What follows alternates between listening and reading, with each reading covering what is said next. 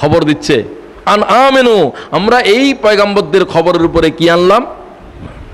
তাহলে কোরআনকে আগে জানতে হবে না আগে ঈমান আনতে হবে? জানা ছাড়া কোনো ঈমান গ্রহণযোগ্য নয়। আপনি যে লা ইলাহা ইল্লাল্লাহ না বুঝে ঈমান আনছেন, ঈমান আনা হবে না, হবে না, হবে না।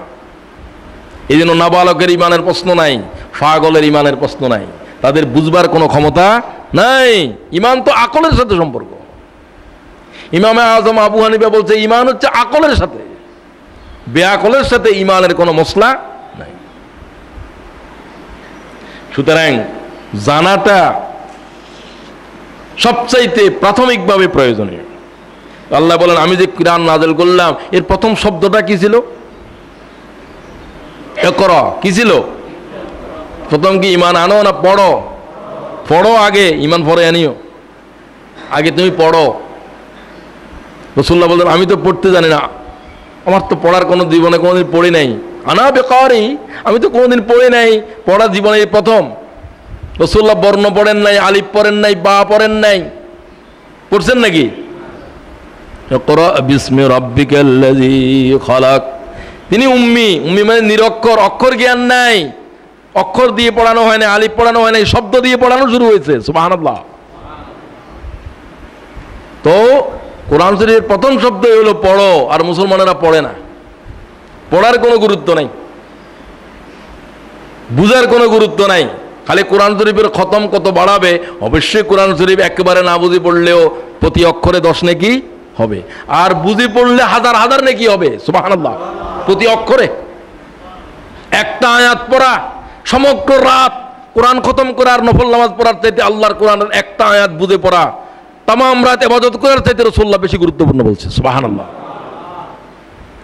যে বুঝে না, বুঝবার ক্ষমতা নাই, কোরআন ওই জাতের পাথরের উপরে, সাগরের উপরে নাযিল হয় নাই।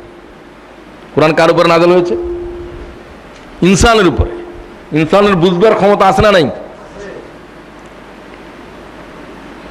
আফালা ইয়াতাদাব্বারুনাল কোরআন, আফালা ইয়াতাদাব্বারুনাল কোরআন। তোমরা কি কোরআনকে তদব্বর করবে না, ভাববে না, চিন্তা করবে না? কি নাযিল করলাম, কি আমাদের কি কোরআন বুঝতে বলে না বলে না? এই যারা বলো কোরআন শরীফ না বুঝলে চড়বে, তুমি কোরআন আর একটা নাযিল করছো নাকি? কোরআন নাযিল করনে ওয়ালা কয় আফালা ইয়াতাদাব্বারুনাল কোরআন। কোরআন কি বুঝবি না? কোরআন কি চিন্তা করবে না কোরআন নিয়ে? আমি কি বলছি কোরআনের ভিতরে, কোরআনের আয়াতের ভিতরে। আফালা ইয়াতাদাব্বারুনাল কোরআন ওয়ালাউ কানা মিন ইনদি গায়রিল্লাহি লাওয়াজাদু ফি ইখতিলাফান কাসীরা। এটা যদি আমি ছাড়া আর কারোর থেকে নাযিল হতো, তাহলে প্রথম পারার সাথে শেষ পারার, প্রথম আয়াতের সাথে আরেক আয়াতের মিল খুঁজে পেতে না। কোরআন শরীফের প্রথম আয়াত থেকে শেষ পর্যন্ত প্রত্যেকটা আয়াত পড়ার পরে কেউ কি বলবে এই আয়াতটা প্রথম আয়াতের চাইতে মানে ওজনে একটু কম, এই জাতের তারতম্য করার একটা আয়াত কোরআনে আছে? আজীব বিষয়। একটা কবিও যদি কবিতা লেখে, তার জীবনের প্রথম যুগের কবিতাগুলো, দ্বিতীয় যুগের কবিতাগুলো, জীবনের শেষ যুগের কবিতাগুলো একরকম হয় না। আল্লাহর কোরআনের ভিতরে এরকম কোন সাদৃশ্যতার কোন গুঞ্জাইশ আছে? আজীব বিষয়। আল্লাহ কোরআনে বলেন একটা সময় আসবে তোমরা কোরআনকে পড়বে না, বুঝার চেষ্টা করবে না। যালিকা ইনদা আওয়ান, রাসূলুল্লাহ সাল্লাল্লাহু আলাইহি ওয়াসাল্লাম ফরমান একটা সময় আসবে কোরআন তোমাদের থেকে চলে যাবে, কোরআন শরীফের জ্ঞান চলে যাবে। ইয়া রাসূলুল্লাহ কিভাবে যাবে? আমরা তো কোরআন শরীফ নাহনু নাকরাউল কোরআন, আমরা তো কোরআন তেলাওয়াত করি। ওয়া নুকরিউ আবনাউনা আবনাউহুম, আমরা আমাদের বাচ্চাদেরকে কোরআন শেখাচ্ছি, কোরআনের হাফেজ বানাচ্ছি, তারা তাদের বাচ্চাদেরকে কোরআন শেখাচ্ছে। কোরআন চলে যাবে কেমনে? রাসূল সাল্লাল্লাহু আলাইহি ওয়াসাল্লাম বললেন, হযরত যায়েদ ছিল প্রশ্নকারী, হে যায়েদ, আমি তোমাকে মদিনার জ্ঞানীদের ভিতরে একজন মনে করেছিলাম। আওয়ালাইযা হাযিহিল ইয়াহুদ ওয়ান নাসারা ইয়াকরাউনা আত-তাওরাত ওয়াল ইনজিল। হে মদিনা শরীফের ইহুদিদেরকে দেখেছো, খ্রিস্টানদেরকে দেখেছো? সাকেলাত উম্মুকা জিয়াত, সাকেলাত উম্মুকা জিয়াত। হে প্রশ্নকারী জিয়াত, তোর মা তোর জন্ম দিয়েছিল কেন? এটা আরবি প্রবাদ। তোমাকে প্রসবের কষ্ট কেন স্বীকার করেছিল? এরকম জাহেলের মতো প্রশ্ন করলে যে কোরআন শরীফ আছে মানে কোরআন শরীফ তুমি, আমি কি বলছি কোরআন চলে যাবে, আর তুমি বলো কোরআন শরীফ আছে, হাফেজে কোরআন আছে মানে কোরআন আছে না, হাফেজে কোরআনও থাকবে, কোরআন শরীফ থাকবে, আমি বলছি কোরআন শরীফের এলেম চলে যাবে। কি আজীব বিষয়!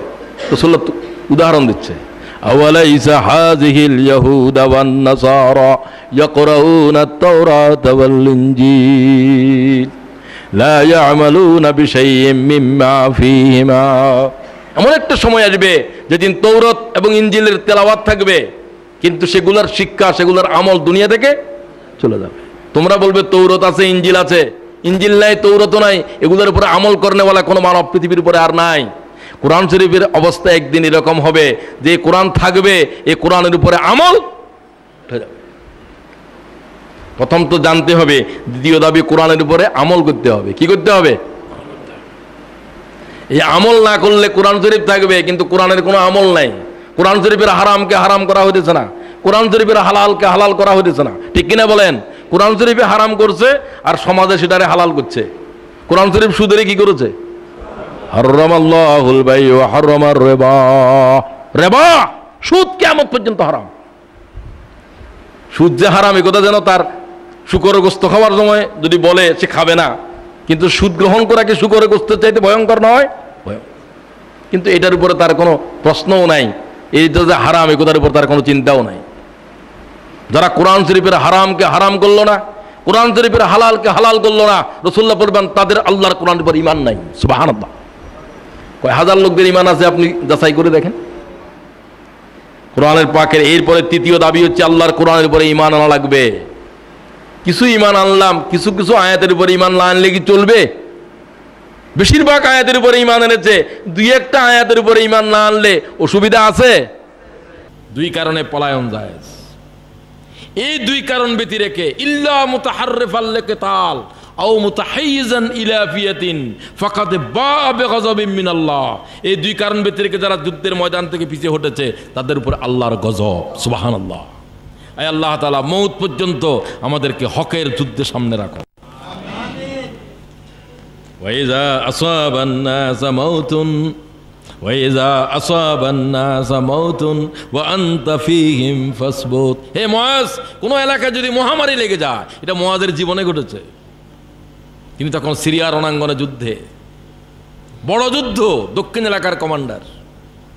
এই যুদ্ধে রোমান সাম্রাজ্য তবাহ হয়ে গিয়েছিল, আর সেনাপতি ছিলেন আবু উবায়দা ইবনুল জাররাহ। তিনি সেই যুদ্ধে ছিলেন। দুই সেনাপতির হাতে আল্লাহ তাআলা দুই বড় সাম্রাজ্যকে ফতেহ করে দিয়েছে হযরত ওমরের জমানায়। ইরানের সাম্রাজ্য ফতেহ হয়ে গিয়েছে, কি নাম? সাদ ইবনে আবি ওয়াক্কাস, আশারায়ে মুবাশশারা। পারস্য সাম্রাজ্য আর দুই সাম্রাজ্যের সাথে খালেদ ছিল। খালেদের নাম অন্যতম। সেনাপতি ছিলেন আবু উবায়দা ইবনুল জাররাহ রাদিয়াল্লাহু তাআলা। তিনিও আশারায়ে, দুইজনই আশারায়ে। তিনি সেই যুদ্ধের সেনাপতির ভিতরে একজন ছিলেন হযরত মুআজ, দক্ষিণ এলাকার কমান্ডার। সিরিয়া বিজয় হওয়ার পর মহামারী শুরু হলো, হাজার হাজার সৈন্য মারা দেওয়া শুরু হলো। হযরত ওমর আবু উবায়দাকে লিখলেন, আবু উবায়দা মদিনায় চলে এসো, দ্রুত চলে এসো। এইভাবে কড়া চিঠি দিলেন কাসেদকে, আবু উবায়দাকে বলবে আমার চিঠি জমিনকে স্পর্শ করার আগে মদিনায় রওনা হতে। কারণ আবু উবায়দাকে হযরত ওমর বেশি ভালোবাসতেন। তিনি কাসেদকে চিঠি লিখলেন, জবাব দিলেন, আমিরুল মুমিনিন, আমি জানি কেন আপনি মদিনায় আমাকে তলব করেছেন। আমাকে ইজাজত দেন সৈন্যদের সাথে থাকার জন্য। আপনি চাচ্ছেন মহামারী এলাকা থেকে চলে গেলে আমার জান বাঁচবে। রাসূলুল্লাহ বলছেন, ফাইজা, যদি কোথাও কোনো মহামারী দেখা দেয়, হে মুআজ তোমার জীবনে ঘটবে সেটা। ওয়াইজা আসাবান নাসা মাউত ওয়া আনতা ফীহিম ফাসবুত, যদি কোনো এলাকায় মহামারী শুরু হয়ে যায়, তুমি যদি সেখানে থাকো, সেই স্থান ত্যাগ করিও না। সুবহানাল্লাহ। মহামারী এলাকায় যাবেনও না, আর যদি আপনি সেখানে থাকেন সেখান থেকে পালাবেন না। কি বলছি আমি? হাদিসের লব্ধ কি? যদি কোনো এলাকায় মহামারী লেগে যায়, কলেরা লেগে যায়, আপনিও সেই এলাকায় আছেন, সেখান থেকে পালানো যাবে না, আর বাইরে থেকে সেখানে যাওয়ার কোনো প্রয়োজনও নাই। দুটেই। এবং সেই মহামারীতে হযরতে মুআজ শাহাদাত বরণ করেছে এবং সিরিয়ার রণাঙ্গনেই তার দাফন হয়েছে। কয়টা গেল? 7টা গেল। কয়টা গেল? আর 3টা পারিবারিক জীবনের জন্য হযরত মুআজকে রাসূলুল্লাহ বলছেন, ওয়ানফিক আলা আয়ালিকা মিন তাওলিক। হে মুআজ, পরিবার পরিজনের জন্য খরচ করার সময় হাত লম্বা করো। হাত লম্বা করো মানে খরচ করো না করিও না? করো। বাচ্চাগুলোকে কোনোদিন একটা আপেল খাওয়ালে না মিয়া? না। বাচ্চাদের জন্য আপেল কিনলো, বাচ্চাদের জন্য গোস্ত কিনলো, এটাও সৎকার চাইতে বড় সওয়াব। সুবহানাল্লাহ, সৎকার চাইতে বড় সওয়াব। পরিবার পরিজনের জন্য তাদেরকে লালন পালন ভরণ পোষণের দায়িত্ব আমাদের উপর আছে না নাই? তাদের জন্য যে খরচ করছেন, এই খরচের প্রত্যেকটা দানা আল্লাহর পথে জিহাদের সওয়াব। সুবহানাল্লাহ। তাদের জন্য খরচ করার সময় বখিলি করি। ওয়ানফিক আলা আয়ালিকা মিন তাওলিক ওয়ালা তারফা আনহুম আসাকা দাবা। পরিবারের উপরে 3টা নসিহত করতেছে। এই 10-এর ভিতরে 3টা নসিহত পরিবারের জন্য। একটা এটা, খরচ করার ক্ষেত্রে বখালতি করবে না। অনেকে একবারে এইরকম বাচ্চাদের জন্য পরিবারের জন্য একদিনে 1 কেজি গোস্তও কিনে নাই। সেই তো বিয়েতে আর সমাজের দাওয়াতে আর মেজবানে খেয়ে গিয়ে তারটা সাজতেছে। ঠিক কিনা বলেন? তোমার আওলাদেরা বিয়েতে যাইতেছে, তোমার পরিবার কি যাচ্ছে? তাদের কোনো অধিকার, কোনো হক সারা বছর একবারও কি তাদের ভালো খেতে মন চায় কিনা? তুমি কি জাতের বকিল? আল্লাহ তাআলা আমাদের হৃদয়কে প্রশস্ত করো। ওয়ালা ওয়ানফিক আলা আয়ালিকা মিন তাওলিক ওয়ালা তারফা আনহুম আসাকা দাবা। মুআজ, বাচ্চাদের উপরে, তোমার পরিবার পরিজনদের উপরে শাসনের লাঠি সরাবে না। মেয়েটা কলেজে গেল, সবাই ফিরে আসলো, সন্ধ্যার পরেও মেয়ে ঘরে আসলো না, বাপের খবর রাখা দরকার আছে না নাই? খবর নাই। আগামীকাল পরীক্ষা, পরীক্ষার আগের রাত টেলিভিশনের ছেলে শুধুমাত্র ক্রিকেট খেলা দেখতে দেখতে রাত শেষ হয়ে যায়, ফজরের নামাজও নাই। বাপের কোনো দায় দায়িত্ব আছে না নাই? হে মুআজ, পরিবারের উপরে শাসনের দণ্ড সরাবে না। কাল রাসূলুল্লাহ সাল্লাল্লাহু আলাইহি ওয়াসাল্লাম। সর্বশেষ, ওয়াকিফহুম ফিল্লাহ, তাদের ভিতরে আল্লাহ ভীতি জাগ্রত করো। কার ভীতি? আল্লাহ। এই 10টা নসিহত এমন গুরুত্বপূর্ণ আমাদের জন্য, পরিবারের জন্য, সমাজের জন্য। আমি আজকের আলোচনা থেকে আমার নিজের জীবনের জন্য, উপস্থিত ভাইদের জন্য, যতটুকু মাইকের আওয়াজ শোনা যাচ্ছে সকলের জন্য, হযরতে মুআজের মতো দুনিয়া বাছা রাসূল পাকের সাহাবীদের অন্যতম জ্ঞানী সাহাবী, যিনি যুদ্ধের জমিনের উপরে জবরদস্ত কমান্ডার, সেনাপতি, তিনি দেশ পরিচালনা করা ইয়ামনের গভর্নর, তিনি কোরআন হাদিসের বাগা সাহাবী। তার জীবনের জন্য যে সমস্ত কথাগুলো রাসূল পাক বলেছেন, সেগুলো যেন আমরা আমাদের জীবনের সব ক্ষেত্রে আমল করতে পারি। আল্লাহ তাআলা আমাদেরকে তৌফিক আতা করুন। তারা আজকের আয়োজন করলেন, আমাদেরকে কথা বলার সুযোগ দিলেন, আর আপনারা উপস্থিত থেকে এই মাহফিলকে সুন্দর বর্ণাঢ্য করলেন। আল্লাহ তাআলা সকলের জন্য এই মাহফিল কিয়ামতের দিন আমাদের নাজাতের উসিলা করে দাও।